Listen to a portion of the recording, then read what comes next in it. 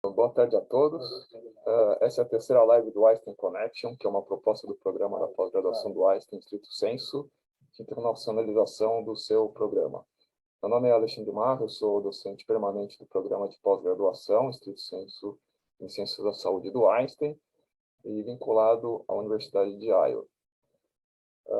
É importante que as pessoas participem do Einstein Connection, né, principalmente os alunos e docentes do programa de pós-graduação do Einstein, fazendo perguntas, tirando suas dúvidas e respondendo à pesquisa de satisfação que será disponibilizada por link no chat. Esse programa, na verdade, ele começou já uns 2 meses atrás. O nosso intuito é que seja realizado mensalmente, com experiências nacionais, como as de hoje, né, sobre como realizar o doutorado sanduíche no exterior, com financiamento da FAPESP, com bolsa estágio de pesquisa no exterior, e com experiências internacionais. Então, ou alunos, ou docentes, ou fellows estrangeiros, não só dos Estados Unidos, mas como da Europa, Ásia, África. A gente já tem contatos até o final do ano que vem, justamente para que essas lives elas fiquem vivas. Então, por favor, participem do Einstein Connection. Eu vou passar a palavra para o Felipe Bruno Dias de Oliveira e também para o seu orientador, que é o professor Mário Ferretti Filho, que eles vão inverter um pouco a ordem. O professor Mário Ferretti Filho também ele é docente do programa, docente permanente do programa de pós-graduação do Einstein. E o Felipe Bruno Dias de Oliveira egresso de doutorado, realizou o doutorado sanduíche de 1º de abril de 2019 a 31 de março de 2020 no laboratório do Kennedy Institute of Rheumatology, que faz parte da divisão de ciências médicas da Universidade de Oxford. Então, os dois terão de 20 a 25 minutos para fazerem esse bate-papo com a gente. A seguir, eu vou apresentar a Larissa Zanetti, que também terá 15 minutos. A Larissa Cardoso Zanetti também é egressa do doutorado. Ela realizou o doutorado sanduíche de outubro de 2019 a outubro de 2020, bem no momento da pandemia da Covid-19, na Harvard Medical School, em colaboração com o Brigham and Women's Hospital. E o seu orientador é o professor Ricardo Wendt, também docente permanente do programa de pós-graduação do Einstein, que também terá 10 minutos. Então, com a palavra agora, o Mário Ferretti. Mário. Oi, Alexandre Marra, bom te ver. Eu estava no celular, não tinha visto que era você, agora eu até vim para o computador para ver melhor. Bom te ver, bom ver que você está bem aí, está saudável. E obrigado pela apresentação. Eu vou falar que eu não tenho nenhum slide, eu vou ser breve, e depois o Felipe fala com vocês que eu tenho que entrar numa aula da Faculdade de Medicina do Einstein. Acho que assim, a experiência de um doutorado sanduíche, ela é ímpar, né? Ela é uma possibilidade de você sair um pouco da sua instituição. O Felipe fez um trabalho de doutorado extremamente árduo, assim, extremamente um trabalho muito complexo, um trabalho que exigiu muito dele, e ele estava totalmente envolvido dentro do Einstein. Eu acho que ele dormia no Einstein até. Então ele estava totalmente dentro do sistema Einstein, e o que foi ótimo, né? O que ele foi um excelente aluno, foi aprovado no doutorado com louvor, né? De todos os meus alunos que eu tive, ele foi o único aprovado com louvor. Então isso mostra o tanto que ele se dedicou ao doutorado. E é ótimo que ele se mergulhe no Einstein, mas ter a possibilidade de sair depois de 3 anos, 4 anos que ele ficou dentro do Einstein e ter uma experiência numa grande universidade como foi Oxford, no caso dele, Oxford, né, é uma experiência ímpar de você conhecer outras visões, conhecer centros, expandir a visão, expandir os conhecimentos. Tinha coisa, lógico, que a gente fazia no Einstein, que tinha coisa que a gente não fazia em Oxford. Ele foi lá complementar o estudo dele, né? Complementar a formação dele e a visão dentro do que a gente, dentro do projeto de pesquisa dele. Então, acho que é uma experiência que enriquece tanto para ele, para a instituição, para o Brasil, né, e também para a instituição lá fora de ter o Felipe com ele. Acho que esse intercâmbio é sempre importante, acho que traz muito como algo assim como a diversidade, né? A diversidade ela é boa porque ela oferece diferentes visões, diferentes pontos de vista e a possibilidade de ir até uma outra universidade, acho que enriquece muito para o Felipe poder enxergar isso, consequentemente trazer para a instituição. Mas assim, isso não foi um processo fácil, né? O Felipe trabalhou duro nisso, tinha uma conjunção de fatores que precisa de relatório FAPESP, ele tinha uma bolsa FAPESP de doutorado, e aí ele tem que escrever o relatório da bolsa FAPESP, e dentro de um prazo ele tem que conseguir aprovação para poder fazer o doutorado sanduíche, só que às vezes o revisor da FAPESP é um voluntário, e atrasa a revisão da bolsa FAPESP, e atrasa a revisão do projeto, e isso às vezes fala, não pode, porque seu trabalho não está... Então ele assim, estava fazendo tudo certo, o que estava atrasando era o revisor da FAPESP, e ele não podia aplicar, porque o revisor da FAPESP falava, o revisor da FAPESP estava atrasado. Então, eu lembro que eu fui com o Felipe até a FAPESP, falei com a coordenadora, falei, não tem... Ela falou, mas infelizmente eu não posso abrir exceção, vai ser a primeira bolsa que nós vamos abrir sem avaliação. Mas isso não é responsabilidade nossa, o atraso está da FAPESP. Enfim, ela se solidarizou com o Felipe, acho que gostou da carinha dele, e ela abriu uma exceção, e ela mesma revisou rapidamente lá e abriu uma exceção, e o Felipe, no fim, acabou conseguindo a bolsa, coisa que a gente nem ia imaginar que seria possível. Mas, assim, nós tivemos que ir até a FAPESP e conversar com a coordenadora da FAPESP. Então, foi assim, não é uma coisa tão simples assim. Eu acho que precisa de uma série de fatores e precisa do desejo da pessoa de ir atrás, de ter muita organização com esses relatórios, né? Mas existe a Bolsa FAPESP de doutorado sanduíche. Ela foi suficiente para o Felipe viver em Oxford, né? Que lógico que é outra moeda, caro, mas acho que foi o suficiente para ele. E aí eu acho que a experiência ele vai poder contar para vocês com mais detalhe, né? Apesar de a gente estar com escassez de fomentos para pesquisa, a FAPESP, mesmo o Einstein, às vezes, para abrir, né? Eu acho que todo o projeto de pesquisa que eu... Só um minutinho. Home office aqui, crianças de férias, já está começando o barulho. Então, eu acho que né, o Einstein, acho que o meu primeiro projeto de pesquisa, assim, o Einstein disponibilizou um financiamento, que era um dinheiro que tinha de um fundo lá, algum doador que deu para o Einstein. Começamos a fazer o primeiro estudo in vitro, depois esse estudo permitiu que eu fizesse o piloto desse estudo fez que eu pudesse fazer uma FAPESP. Aí o Felipe, depois desse FAPESP, eu fiz um outro FAPESP, que eu falei assim, agora eu já tenho um histórico na FAPESP. Aí o Felipe veio, o Felipe ajudou a escrever o projeto FAPESP do projeto dele. E aí nós pedimos FAPESP, conseguimos o fomento da FAPESP. Aí tinha que pedir a bolsa da FAPESP para o Felipe, aí o Einstein ajudou com a bolsa do Einstein, da Uniemp, né? Aí o Felipe ficou um tempo com a bolsa do Einstein, e aí nós fizemos o projeto, e tem toda essa organização de datas e relatórios que tem que ter para a FAPESP. Mas, então, tendo uma organização e cuidando, e tendo um desejo árduo, né? Porque até com a moça lá nós tivemos que falar, até com a coordenadora nós tivemos que falar para poder sair do Felipe. O Felipe já nem acreditava mais que ia conseguir.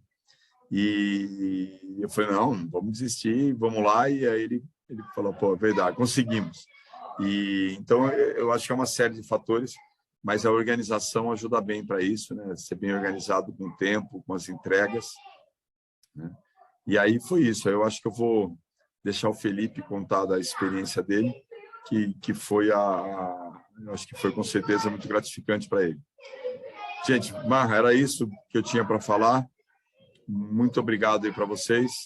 E eu passo a palavra aí para o Felipe. Obrigado, Mário, pela participação. Um abraço. Tá.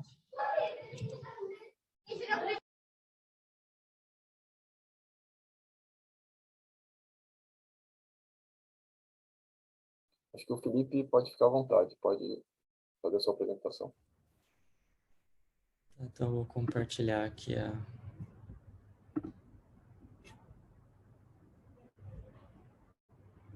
Ué, abriu da... Só um minuto.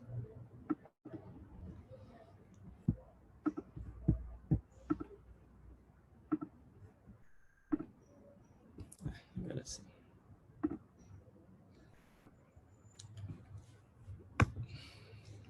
Bom, então, como o Mário disse, eu tive um projeto FAPESP, né, que ele era orientador, a orientadora é Eliane Antonioli, que era o estudo de células mesenquimais em modelo animal de osteoartrose. Então, essa é a equipe, né, do nosso grupo, que foi responsável por todo o trabalho e também que possibilitou o pedido da bolsa fora do país. O Jean é um colaborador do Butantan, que ajudou bastante também. Bom, então, basicamente, falar um pouquinho da bolsa inicial, que foi a bolsa da FAPESP. Ela tem duração de entre 6 a 48 meses. E quando você tem uma bolsa FAPESP, já é automaticamente vinculada à possibilidade de você pedir uma bolsa de estágio de pesquisa no exterior, dentro de algumas regras, né? Então, ela tem duração de até 12 meses, só pode ser pedida após o 12º mês de matrícula no programa de doutorado. Se você tiver concluído todas as disciplinas obrigatórias, né, e a maior parte dos créditos, e ainda tiver 12 meses de bolsa para terminar. Ou seja, se você pediu 3 anos de bolsa, você tem que ter 12 meses, sair do país, faltando 12 meses para acabar a sua bolsa. Depois, se faltarem só 10 meses ou menos, aí você já não pode sair mais. Então, tem que se atentar a essas regras. E, obviamente, tem que ter o aceite da instituição do orientador estrangeiro, né? E ela também, a Bolsa FAPESP, ela também possibilita o financiamento de congressos ou visitas técnicas e cursos, né? Então, você pode fazer um primeiro contato, por exemplo, com pesquisadores fora do país, através de um congresso que a própria FAPESP também já financia, já está incluso no contrato da Bolsa. Então, eu consegui, através de um congresso, eu entrei em contato com a pesquisadora, me reuni com ela no congresso e fiz uma reunião com ela lá e uma visita técnica no laboratório dela, que foi em uma outra cidade, e ela permitiu que eu passasse alguns dias no laboratório dela como visita técnica, e ela só precisou elaborar um termo de visita para eu apresentar a FAPESP, né? Então, a FAPESP mesmo financiou esse primeiro contato inicial com a pesquisadora, e ela ofereceu esse projeto para eu tocar, que era basicamente para estudar a função do FGF2, TGF-beta latente, na migração de células mesenquimais em lesão de cartilagem. Esse projeto era um projeto contínuo de uma aluna de doutorado dela, que tinha acabado de sair, e precisava ser finalizado, e eu trabalhava com o tema, então casou bem aí o timing, né, da situação. Então, aí nós entramos com o pedido, né, para a Bolsa BEP. Como o Mário disse, tivemos alguns percalços aí com relação a prazos. Eu entrei com o pedido faltando 8 meses, assim, com 8 meses excedentes, né? Geralmente a resposta sai em 3 meses, o nosso passou dos 8 meses, né? Então, assim, esse planejamento com muita antecedência nunca é demais quando se diz com relação à FAPESP, né? Bom, aí, como eu fui para esse laboratório em específico, ele é vinculado à Universidade de Oxford, e então você não vai como vinculado diretamente ao laboratório, você vai vinculado à universidade como um aluno da universidade na categoria Recognized Student. É uma categoria que você pode ficar 3 termos, que eles chamam, que são basicamente, equivale a 1 ano acadêmico. Você vai como um aluno da universidade, então você tem registro a carteirinha de aluno, e tem uns pré-requisitos. Então, eles pedem uma convalidação do seu histórico de graduação da sua faculdade, que tem que ser second upper, alguma coisa assim, que equivale mais ou menos a uma média geral de graduação entre 6,5 a 7, ou B, ou A menos, mais ou menos, na nossa pontuação aqui. Também tem que ter a proficiência do inglês, com o IELTS equivalente a 7. E, por ser aluno da universidade, existe uma taxa de 11 mil pounds que é necessário pagar. Mas, como eu conversei lá com o pessoal do laboratório, eles me deram uma bolsa que me isentou dessa taxa. A FAPESP não paga esse tipo de taxa. Então, dependendo de onde você for, se tiver taxa de aluno, talvez você tenha que pagar por conta, porque a FAPESP não paga nem isso, nem taxa de bancada. E precisa ter o visto na categoria Tier 4. Por ser aluno, eu também tinha que fazer a cada term, né, a cada período, que seria mais ou menos a cada 3 meses ou 4 meses, um report para supervisão de pós-graduação, falando do que eu fiz durante aquele período. A minha orientadora revisava, escrevia a opinião dela, né? Então tinha as 2 visões do período, e ele era validado por 2 diretores de pós-graduação para dizer se o projeto estava em bom andamento ou não. Bom, então esse é o instituto, né? Ele fica na divisão de ciências médicas da universidade, dentro do departamento de ortopedia, reumatologia e ciências musculoesqueléticas. Eu escolhi esse centro porque ele é o primeiro e único centro dedicado exclusivamente para estudo de doenças reumáticas, inflamatórias. E ele, em 92, ele apresentou aí um estudo clínico e foi precursor e recebe royalties da terapia anti-TNF. Bom, essa é o pessoal que eu convivi, né? O pessoal do laboratório. Aqui tem mais de um orientador. O Dr. Hayat é um paquistanês que virou meu amigo. Ele é um pós-doc que me orientou, e a doutora Tônia foi a minha orientadora lá. Bom, então, sobre a infraestrutura, então, como eu disse, você é aluno da universidade, e eu tinha uma mesa só minha de escritório e uma bancada completa também só minha, não era de multiusuário. Isso, assim, facilitava bastante coisa na hora de trabalhar. O laboratório tem uma estrutura bem grande. Aí aqui um pouco da cidade, dos colégios, né? Eles são diversos colégios diferentes. Cada colégio tem um jardim, uma estrutura. E aí dentro dos colégios você podia, como aluno, participar dos jantares formais que a universidade oferecia.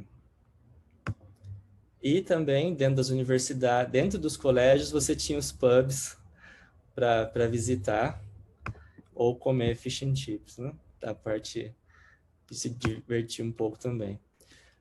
Bom, então, como considerações desse período todo, eu elenquei algumas coisas que eu achei importante, né, do que eu aprendi, do que eu podia ter feito diferente. Então, assim, para aplicar, né, sempre procurar, se você tem vontade de fazer o curso no exterior, procurar bolsas nacionais e também internacionais, não existem só FAPESP, CNPq, que fomentem o estágio no exterior. O passo inicial é conversar com o orientador e também com outros pesquisadores que têm experiência internacional, Um dos pesquisadores que eu conversei nesse período, além do meu orientador, foi o orientador da Larissa, o Dr. Ricardo, que me ajudou também em algumas questões. E aí você tem que procurar por uma instituição e um pesquisador que faça sentido, né? E que seja de ponta. Mas eu vejo assim que, visto a experiência que eu tive, que é bom você procurar não só pelo pesquisador, mas também para o lugar que você vai, para o país que você vai, o que você quer conhecer naquele país, porque não é só uma experiência acadêmica, é uma experiência completa, né? Você vai conviver numa cultura diferente. Então, isso é muito importante levar em consideração quando decidir o país que você vai. Bom, e aí o primeiro contato, existem diversas formas, né? E, assim, quanto mais pessoas você falar, mais as chances de você conseguir um retorno. Eu conversei com mais de um pesquisador e tive retorno dessa pesquisadora em específico, mas pode ser por e-mail, congresso é muito bom, uma visita técnica, curso, ou você vai fazer uma viagem internacional, tenta marcar uma visita no laboratório. Em geral, eles são bem receptivos quanto a isso. E, como o Mário bem mencionou, está atento a prazos e datas entre bolsa e também o programa de pós-graduação, porque o programa também tem suas regras e, no meu caso, também foi necessário abrir uma leve exceção, porque eu estourei um pouquinho o meu prazo, mas assim, por conta de todo esse atraso que deu na FAPESP. Então, assim, tá atento a prazos entre bolsa e o programa é muito importante. Para finalizar, eu acho que uma coisa importante, a Larissa também pode falar um pouco disso, é se desvencilhar da síndrome do impostor quando você chega, porque você vai para uma instituição fora e a gente tem um pouco dessa de achar que a nossa instituição, ou que nós aqui não temos grandes não somos tão bons quanto eles, e no fim do dia são pessoas como quaisquer outras, e se você trabalhar direitinho, você se destaca da mesma forma, né? São só pessoas que talvez tiveram outras oportunidades ou desempenharam melhor em algumas etapas da vida, mas, assim, no momento, você tem que se colocar como um igual, porque senão você não progride. Entender e respeitar diferenças culturais, porque você vai encontrar pessoas de diversas nacionalidades, e o brasileiro, nós somos mais calorosos, né, de abraçar, contato, e nem todo mundo é assim, cada cultura tem um aspecto diferente, então é importante isso. E, por último, aproveitar ao máximo a oportunidade acadêmica, mas também, e isso eu gostaria de ter sido um pouco diferente comigo, aproveitar mais a questão turística e cultural. Eu fiquei muito focado no laboratório por uma demanda muito grande e não aproveitei tanto quanto eu gostaria a questão social, cultural, etc., que também enriquece bastante. E é isso, são todos os financiamentos e instituições que participaram disso tudo. Fica meu contato. E é isso. Obrigado. Excelente, Felipe. Muito bom, viu?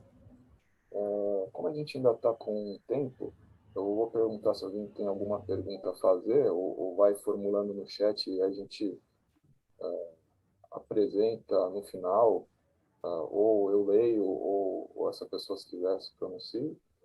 Mas a gente pode passar a palavra para a Larissa, e se o Ricardo aparecer no chat, a gente convida ele também para conversar, senão eu abro as perguntas ao final também para os dois. Então, por favor, Larissa, você está com a palavra. Boa tarde, gente. Tudo bem? Obrigada pelo convite. Não sei se o Ricardo vai conseguir entrar, mas eu vou contar a parte dele também. Vou compartilhar aqui minha tela, me avisem se vocês estiverem vendo. Tá todo mundo vendo? Sim, perfeito. Bom, então, assim, essa minha história com intercâmbio, ela já é um pouco antiga, né? A galera da minha família, eles costumam falar que eu sou meio nômade. Então, a primeira vez que eu fui estudar fora do Brasil foi durante a graduação. Então, eu fiz biomedicina na Universidade Federal de Goiás. E aí, durante a graduação, teve a oportunidade de fazer aquele Ciências Sem Fronteiras, né? Que era um programa do governo, já que já não existe mais. E aí, durante a graduação, eu fui morar, então, por 1 ano e meio em Michigan, tá? E então eu fiz 6 meses de inglês, né, que dependia da nota do TOEFL. Fiz 6 meses de inglês e 1 ano de graduação. Então eu fiz matérias que eu faria aqui no Brasil e depois validei. E aí essa primeira experiência internacional, foi a primeira vez que eu saí do Brasil, ela me abriu assim a mente completamente, né? Porque não é só uma questão de você ter a oportunidade de estudar fora. É justamente uma questão pessoal também, de você conhecer tantas culturas, conhecer tanta coisa diferente que a gente está acostumado, né? Então, como o Felipe disse, é respeitar e também conhecer tantas outras culturas, tantos outros costumes. Então, aí eu já fiquei com essa pulguinha de, né, eu já queria fazer pós-graduação nessa época, estagiei no laboratório nessa época também. E sempre fiquei com essa pulguinha de, nossa, eu preciso fazer parte do meu doutorado fora. Então, sempre esteve nas minhas metas. Antes de eu começar o doutorado, eu já sabia que eu queria fazer parte do meu doutorado fora. Né? Então, voltei para a UFG, terminei minha graduação, foi quando eu conheci o Ricardo, e comecei, então, no Einstein, né? Comecei como aluna de mestrado. E aí, após eu, se eu não me engano, do meu primeiro relatório, né, da FAPESP, então eu entrei no mestrado, e uns 3 meses depois, a minha bolsa FAPESP foi aprovada para o mestrado. E aí, depois do meu primeiro relatório para a FAPESP sugeriu uma mudança de nível para o doutorado direto. E aí a gente aceitou, né, com todo o trâmite da pós-graduação, da FAPESP, várias burocracias. Mas aí a gente aceitou, deu certo, né? A gente fez essa mudança de nível, então eu não concluí o mestrado, eu fui direto para um doutorado. E aí, de novo, eu consegui bolsa FAPESP, tá? Para o doutorado. E, como o Felipe disse, a BEP, né, que é essa bolsa que dá essa oportunidade de estudar fora, ela é vinculada a essa bolsa que a gente recebe da FAPESP. E, então, é até engraçado, eu não sei se o Ricardo está aí, acho que não, mas na primeira, eu me lembro certinho que na primeira conversa que eu tive com ele sobre pós-graduação, eu iria começar o mestrado ainda, eu virei para ele e falei, olha, eu quero ir para fora. Tipo, não tinha feito nenhum experimento, falei, então, eu quero ir para fora. Aí ele falou, não, calma, Ricardo, é calmo, né? Ele, calma, Larissa, não é bem assim, não é bem assim. Eu falei, não, tudo bem, mas eu quero ir para fora. Você já fica com isso em mente que a gente vai fazer isso acontecer. E aí teve todo, né, essa burocracia de mudar o mestrado para o doutorado. E eu tinha o meu projeto, tanto de mestrado quanto de doutorado, ele era um pouquinho grande. Então, e tinha muitas técnicas que a gente não conseguia fazer aqui no Brasil, assim, até conseguia, né? Mas ia demandar um tempo muito longo, são expertises que poucas pessoas no Brasil têm. E aí, conversando com o Ricardo, já que a gente tinha essa BEP, né, como opção, o meu processo foi um pouco diferente do Felipe. Então, bom, na verdade, deixa eu só voltar um pouco a história. Antes de ir para Harvard, antes de aplicar... Oi, Ricardo. Antes de aplicar, como o Felipe disse, a bolsa da FAPESP, ela também dá direito a gente fazer congressos, né? E aí, em um desses congressos, eu fui fazer um curso de 1 semana na Alemanha, e também aproveitei para fazer uma visita técnica em um laboratório lá. Então, já fiz um contato com um professor lá, e era até uma das minhas ideias, né, de fazer a BEP nesse laboratório. E aí troquei ideia com esse professor, troquei ideia com outros professores, como o Felipe disse, eles são super abertos quando você quer fazer essas visitas técnicas, quer conhecer um pouco mais do laboratório deles. E aí, então, voltei para o Brasil, dessa viagem da Alemanha, e logo eu e o Ricardo já começou a conversar sobre esse projeto, né, do doutorado, da BEP. E aí, o que eu fiz? Eu fiz uma lista, tá? Eu acho que eu fiz, assim, eu peguei o que eu quero fazer com o meu projeto. Eu quero fazer essa e essa técnica, aonde, né, quais laboratórios do mundo que fazem essas técnicas. Então, fui na literatura, fui buscar paper que fazia alguma coisa similar ao que eu queria, fui buscar referências de laboratório, etc. E aí, ao final, eu cheguei numa lista de 5 laboratórios, tá? Não só nos Estados Unidos, mas em vários lugares do mundo. Cheguei e falei, Ricardo, esse aqui é meu top 5. O que você acha?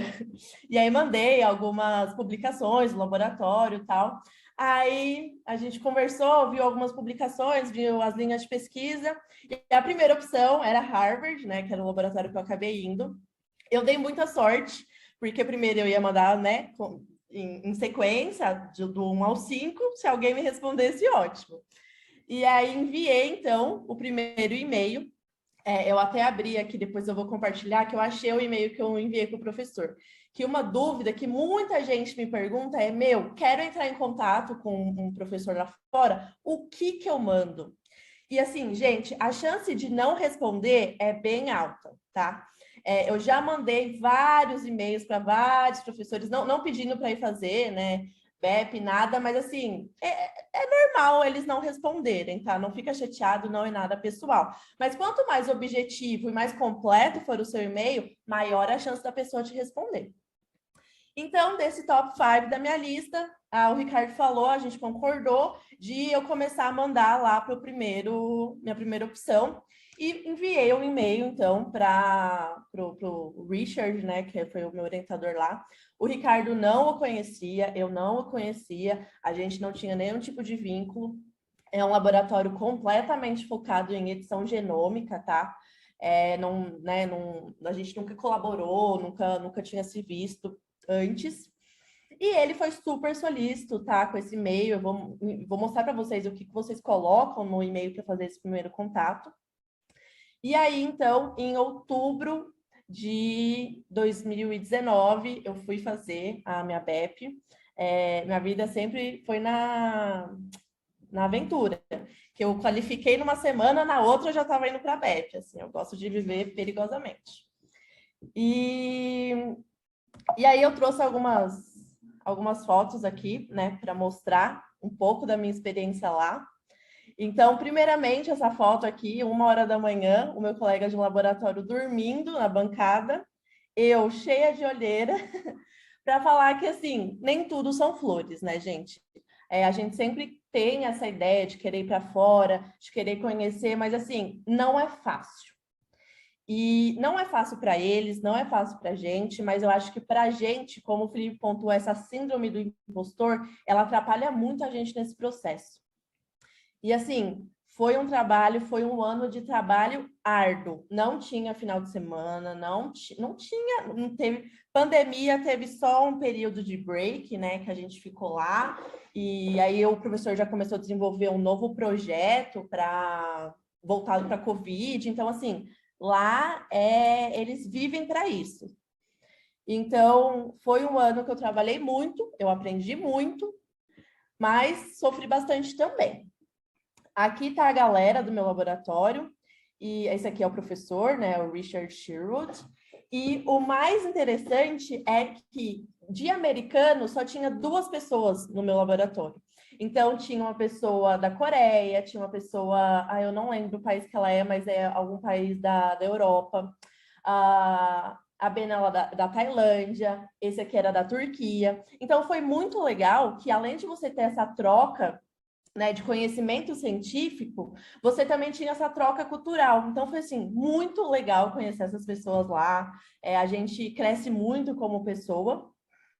E, como eu disse, nem tudo são flores. Eu coloquei essa foto aqui, dessa placa pequenininha no microscópio, que eu tenho trauma de olhar essa placa até hoje, porque eu tinha que trabalhar com muitas delas ao mesmo tempo, numa super pressão, e não foi fácil. Não é um ano que eu lembro e falo assim, nossa, que ano tranquilo. Não foi nada tranquilo, mas foi muito recompensador. No final, eu consegui fazer todos os experimentos que eu queria, eu trouxe bons resultados para o Brasil, né? Eu consegui fazer um screening de CRISPR em high throughput, então fiz uma técnica que são poucas pessoas, né, no Brasil que conseguem fazer hoje, então eu trouxe esse conhecimento. E aí aqui eu trouxe uma foto também né, tirando foto ali no muro, na mureta lá da Faculdade de Medicina de Harvard, que é super famosa. Então, assim, não é difícil, mas no final vale a pena. Se você virasse para mim hoje e perguntasse, Larissa, você faria tudo de novo? Eu faria tudo de novo. E aí, sobre os e-mails, né, como você faz esse primeiro contato, então, vou dar a sugestão que eu, no caso, fiz. Faça uma lista de labs candidatos, tá? Busca na literatura o que esses profissionais trabalham, o que você quer para o seu projeto, você tem que ter bem certo na sua cabeça, eu quero fazer isso, isso, isso, e vai atrás de algum lugar que faça essas técnicas. Peça uma carta de recomendação para o seu orientador. Se você estiver no doutorado, pode até enviar do seu orientador do doutorado e do seu mestrado, se você fez mestrado. Uma carta de apresentação, tá? Nos Estados Unidos, eles sempre pedem carta de apresentação. Quem é você? O que você fez? O que você publicou? O que você sabe fazer? E o e-mail objetivo, em que você vai anexar essa carta de recomendação, carta de apresentação e o seu CV, né, que é o seu currículo. E aí aqui, não sei se está aberto ainda, esse aqui é o e-mail que eu mandei, eu não sei se essa é a versão final, tá? Porque eu não achei o e-mail que eu mandei mesmo, acho que eu apaguei. Mas aí, né, obviamente, mandei para o Ricardo, a gente fez todas as modificações. Então, seu nome, de onde você é, o que você faz, o que você fez durante o seu doutorado, né, quais técnicas você trabalhou e o que você quer fazer. Então, eu falei, eu quero fazer um projeto, desenvolver né, com edição genômica, para tentar elucidar fatores de transcrição, blá, blá, blá. E aqui é a razão por qual você procurou ele. Então, eu falei, olha, eu procurei você porque eu li alguns papers e eu acho que você tem a técnica que a gente está procurando e tal, né? Contextualiza por que você escolheu ele, não era só porque ele era de Harvard, obviamente. E falei, se ele quisesse discutir mais para frente, a gente marcaria uma entrevista, alguma coisa assim, uma conversa por Skype, e aí a gente ligaria mais esses detalhes. Bom, e aí uma coisa que é interessante falar é que assim, nos Estados Unidos, o valor da bolsa da BEP ele é separado por áreas, tá? Então, são estados. Tem estados que ganham mais, estados que ganham menos, porque depende do custo de vida. Boston é um lugar mega caro. Então, a bolsa, ela é $1.800, a bolsa da FAPESP. E aí, a primeira vez que eu falei para eles, né, depois que a gente já estava conversando, já tinha escrito o projeto e tudo, eles falaram assim, não, $1.800 é muito pouco para você sobreviver em Boston, porque é realmente uma cidade muito cara. E aí, conversando com eles, então, o próprio professor deu a ideia de que eu poderia trabalhar num outro projeto do laboratório dele, não só no meu projeto de doutorado, e ele me pagaria uma taxa a mais para isso. E aí, isso, né, resolveu a vida, porque aí eu tinha a quantia mínima que eu precisaria para ir para Boston. E eu acho que é isso. Não vou falar de novo tudo que o Felipe falou, mas assino embaixo. Também muito importante aproveitar não só para você focar, né, no seu projeto, mas também aproveitar a cidade, aproveitar as diferenças culturais e tudo mais. Mas é sempre com a ideia de que não vai ser fácil, mas vale a pena. Acho que era isso que eu tinha para falar. Excelente, Larissa. Muito bom mesmo, você deu ótimas dicas aí práticas, né, para o pessoal. E eu vou passar a palavra para o Ricardo. Então, o Ricardo vai ter 10 minutos, né, para complementar que ele quiser sobre a sua ida para o doutorado no exterior. E aí, depois do Ricardo, a gente abre, então, uma sessão de perguntas, né? Uns 5, 10 minutos, tá bom? O Ricardo, por favor. Obrigado, Ricardo, pela participação. Imagina, você me escuta bem, Alexandre? Joia. Perfeito. Então, eu vou tentar ser breve. Eu queria comentar 3 ou 4 pontos importantes aí para complementar a frase da Larissa. Aí, infelizmente, eu não pude entrar antes, então eu não sei exatamente tudo que antecedeu a Larissa falou, mas acho que a primeira coisa é que no meu laboratório, no meu grupo, a gente já deixa estabelecido desde o início que Bolsa Sanduíche não é um momento que você sai do nosso laboratório, do nosso grupo, vai passar um ano no exterior, fazendo projetos aleatórios e volta depois para terminar a sua tese. Que ela precisa ser a Bolsa Sanduíche, o estágio, qualquer coisa que saia do laboratório, que ela precisa ser integrada como um projeto de pesquisa. E que precisa valer a pena. Precisa ser algo que vai te dar ferramenta, condição, recurso, reagente, alguma condição para que você faça mais e melhor. Senão não vale. A Larissa colocou aí não é fácil, né? E eu acho que ela não expôs tudo que é de perrengue, né?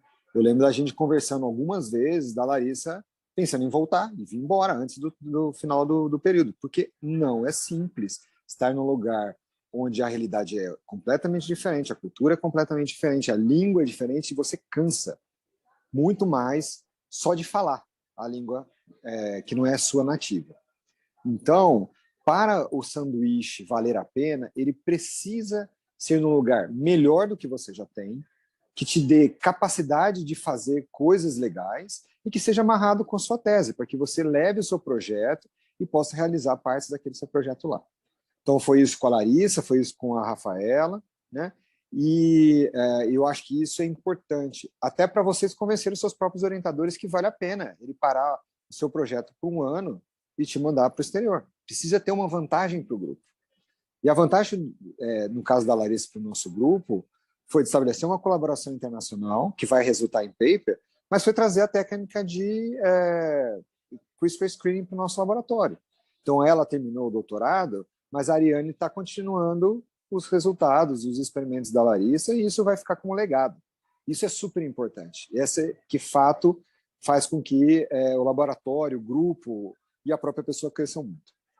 A experiência é maravilhosa, ela, mais do que tudo, mais do que o resultado, mais do que o paper, ela cria casca, ela te mostra como se faz ciência num lugar extremamente profissionalizado, né? Te mostra que no passo que a gente anda no Brasil, a gente nunca vai ser competitivo, então tem que ralar, e da mesma forma que você rala lá, tem que ralar no Brasil também. Então acho que é um abrir de olhos. Né? O que mais que eu queria falar? Eu tive muito pouco trabalho. A Larissa foi muito proativa. Ela escolheu os laboratórios, ela foi atrás, ela foi me mastigando as coisas e eu fui só dando a última tapa no e-mail, a última a conversa, o último contato, mas foi a Larissa, 100%. Né? Então, se vocês têm interesse, vocês têm que correr atrás, não pode esperar. O meu chefe, meu supervisor tem um laboratório amigo. Então, você não tem que ir para o laboratório amigo, você tem que ir para o laboratório que é o melhor, o que vai te dar mais condições de realizar o seu projeto. E a Larissa fez tudo isso. Então, sejam proativos, busquem de fato e convençam os seus supervisores a comprar o barulho. Né?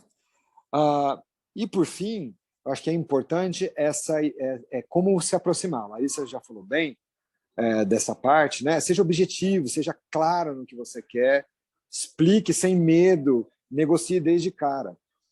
E tente sempre apontar que você vai levar algo para o laboratório. Né? No caso da Larissa, ela foi praticamente mão de obra. Né?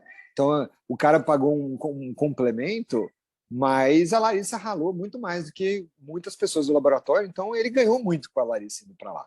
Vocês têm que mostrar valor para o cara que vai te receber.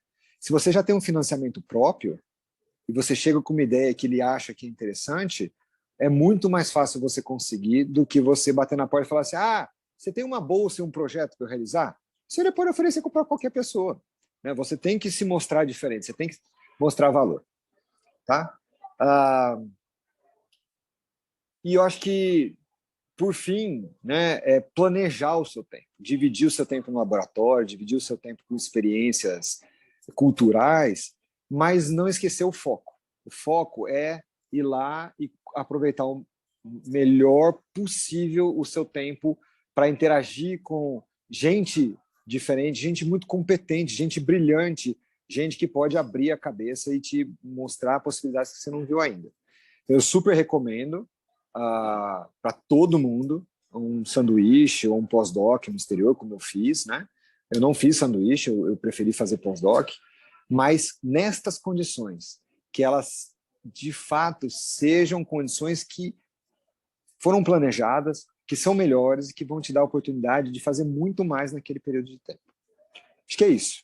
Queria parabenizar a Larissa por todo o esforço que ela fez publicamente aqui, ela sabe disso, eu sempre dou completo crédito para este evento. A minha participação mais importante foi numa viagem que eu estava fazendo com o Einstein para o ITA, na base do celular, numa reunião que eu acho que ele não ouviu metade do que eu falei e eu não entendi 80% do que ele disse. Mas se não tivesse sido a Larissa segurando as pontas e mostrando o valor dela, nada teria acontecido. Então, façam isso. Usem o apoio do seu orientador, mas sejam proativos. Tá bom? E aí, acho que eu posso devolver a palavra e a gente ir para as perguntas que talvez alguma coisa específica seja mais interessante de tratar. Obrigado pela oportunidade. Eu agradeço. Excelente, Ricardo. Então, a gente tem 10 minutos, né, para as perguntas, mas essa é a terceira live, né, como a gente já falou no começo. Extremamente relevante o ponto de vista que vocês trouxeram hoje sobre o doutorado sanduíche no exterior. Olha, não foi nem um pouco cansativo, vocês conseguiram falar em 50 minutos tudo, abordando aspectos positivos, negativos, que acho que essa era o que nós esperávamos aqui no Einstein Connection, justamente porque os alunos da pós-graduação e também os docentes da pós-graduação se espelhem em vocês quatro. Então, Mário, Felipe, Larissa, Ricardo, vocês estão de parabéns. Então, isso que vocês reforçaram, né, ou seja, a proatividade, a integração do aluno e orientador, isso é extremamente relevante. Porque às vezes também poderia acontecer da Larissa ter muita vontade, mas o orientador Ricardo não dá o suporte, né, não motivá-la a ir para o exterior. E como o Ricardo mesmo falou, cada um tem uma história, né? Então não precisa ser um doutorado sanduíche, pode ser um pós-doutorado no exterior. Aí depende da estratégia que cada um vai adotar justamente para chegar na meta que a Larissa e que o Felipe quiseram ter de estudar e realizar suas respectivas pesquisas num centro de excelência, né? Fora do Brasil. Isso é extremamente relevante. E as técnicas, né, que vocês conseguiram trazer para o Brasil e trazer para o Einstein ou para alguma outra instituição. Nas perguntas que eu vi no chat, tem uma aqui que a Laudicea já respondeu, para a Vitória, foi a pergunta: só a FAPESP tem esse auxílio de bolsa para o exterior ou a CAPES também tem? Aí a Laudicea já respondeu também, a CAPES também tem. Porque no nosso título só constava a FAPESP, que foi justamente o motivo aqui da discussão. Enquanto não aparecem mais perguntas, eu tenho algumas que eu fiquei curioso em saber. Primeira pergunta que eu faço, ou seja, vocês agora são doutores, né? Fizeram pós-graduação no Einstein. Vocês têm expectativa de serem docentes desse programa de pós-graduação que contribui para a formação de vocês? Ou vocês pretendem ser docentes em outras instituições do país? Bom, eu repito, eu só estou esperando o convite. O convite de quem? Do Einstein ou de outra instituição do país? Do Einstein, principalmente. Viu, Ricardo? Ela não para de me lembrar de eu fazer esse convite para ela. Eu já fiz o convite, só preciso ter oportunidade. Vai chegar. Não, ela vai conseguir, viu? Porque ela é persistente, deu para perceber. Deu para perceber. E teimosa. Então, Teimosa. vai funcionar. Ela vai conseguir, eu tenho certeza. E você, Felipe? Olha, como eu posso dizer? Não dá para negar, né? Uma oportunidade dessa, mas no momento eu ainda preciso um pouco mais de experiência na área acadêmica, eu acredito. Na verdade, é só uma pergunta provocativa, não tem certo nem errado. Na primeira live, 4 alunos colocaram suas histórias. Um deles, sim, inclusive, já estava pleiteando a docência permanente no Einstein. E uma outra aluna, ela optou por enveredar pela carreira na indústria farmacêutica. Então, que também é um outro tipo de contribuição, né? Só para deixar aqui registrado. E dentro da história de vocês, essa vontade que vocês tiveram de ir para o exterior, fazendo o doutorado sanduíche, vocês imaginam que possam fazer um pós-doutorado no exterior ou já estão satisfeitos?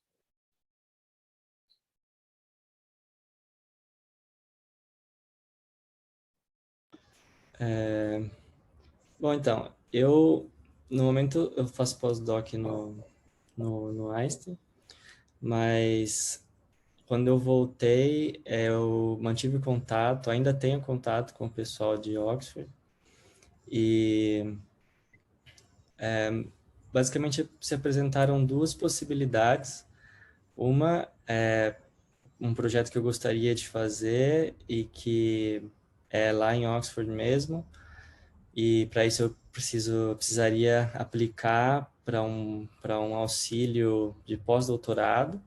A professora tem o dinheiro do projeto, mas no momento ela está em transição de grants, então ela não tem a disponibilidade do salário, né? Então, se eu conseguisse o suporte, assim como eu consegui no doutorado, eu posso ela lá e tocar esse projeto. Mas a própria professora disse que ela achava que era mais interessante, como eu já tinha uma experiência de 1 ano lá, ir para outro lugar, né? Outra instituição, especificamente nos Estados Unidos, e ela me indicou um pesquisador que é conhecido dela, trabalham juntos, do MIT, para se eu quiser entrar em contato. Mas no momento eu ainda estou avaliando as questões de carreira, de como que eu vou tocar daqui para frente. Então, ainda não iniciei nenhuma dessas etapas. E a Larissa? Bom, hoje, atualmente eu estou no mundo corporativo, eu não estou mais no ambiente acadêmico, porém estou buscando oportunidades para voltar um pouco para o ambiente acadêmico, mas não especificamente para um pós-doc. Hoje em dia não tenho a vontade, eu já tive, hoje em dia eu não tenho a vontade de fazer o pós-doc, mas gostaria de voltar um pouco mais para o lado da docência e pesquisa. Ótimo. A Jocé, ela postou aqui a pesquisa de satisfação, então, se vocês puderem responder, até para a gente poder, utilizando o que a gente pode melhorar no Einstein Connection e o que a gente pode colocar também como temas futuros, né, para vocês. E para a gente tentar cumprir o horário, né, faltam 2, 3 minutos, eu queria agradecer vocês. Foi muito importante o que vocês apresentaram para nós. A divulgação do trabalho, porque muitas vezes mesmo, falo por mim, eu estando na pós-graduação, eu não sabia, a gente não sabe dos pormenores que cada um está fazendo, que cada grupo está fazendo, então acho que essa também é uma oportunidade muito boa dentro do Einstein Connection de disponibilizar isso. Laodiceia ou Jaciele, vocês querem perguntar alguma coisa antes da gente encerrar?